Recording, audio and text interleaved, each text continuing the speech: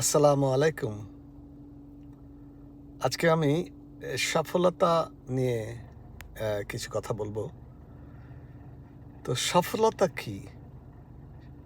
সফলতা হচ্ছে একটা মানুষ যখন একটা পর্যায়ে পৌঁছে যাবে, যখন সে মৃত্যুর জন্য রেডি। তার মানে সে চায় না মৃত্যু, কিন্তু সে রেডি এই ভেবে যে তার কোনো ধরনের ওই ধরনের কোনো ভয় নেই, যে সে যদি তার মৃত্যু হয় সে পাপমুক্ত।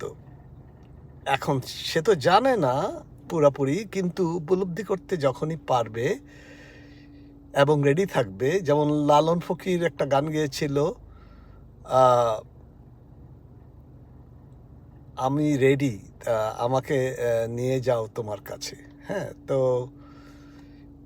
সেই রকম একটা মানুষের সফলতা তখনই।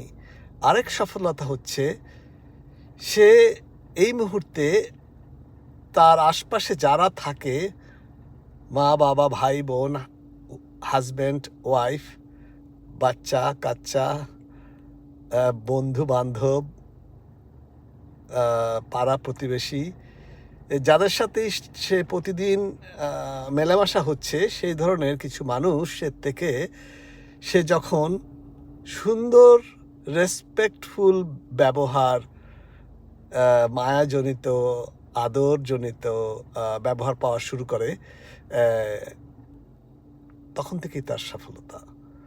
এটা হচ্ছে আরেক সফলতা। তা এই সব সফলতা পাওয়ার জন্য কি করা উচিত?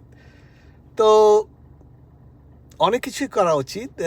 যে কোনো ধর্মের মানুষের তার ধর্মের যে পাপ পুণ্য যা সে জানে, সেগুলাকে ফুলফিল করার জন্য তার প্রতিনিয়ত চর্চা করা এবং তার ভগবান আল্লাহ তাদেরকে ডাকা মন থেকে, এবং বিশ্বাস করা এক পরমাত্মাতে, যেটা আমরা আল্লাহ বলি,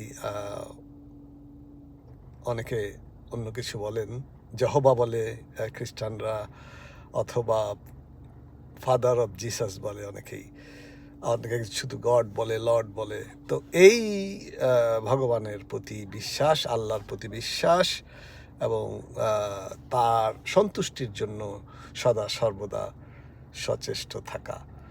আসসালামু আলাইকুম রহমতুল্লাহ ওবারাকাতুহু। আমি ইউসুফ মাহমুদ ডালাস থেকে বলছি। আল্লাহ হাফেজ।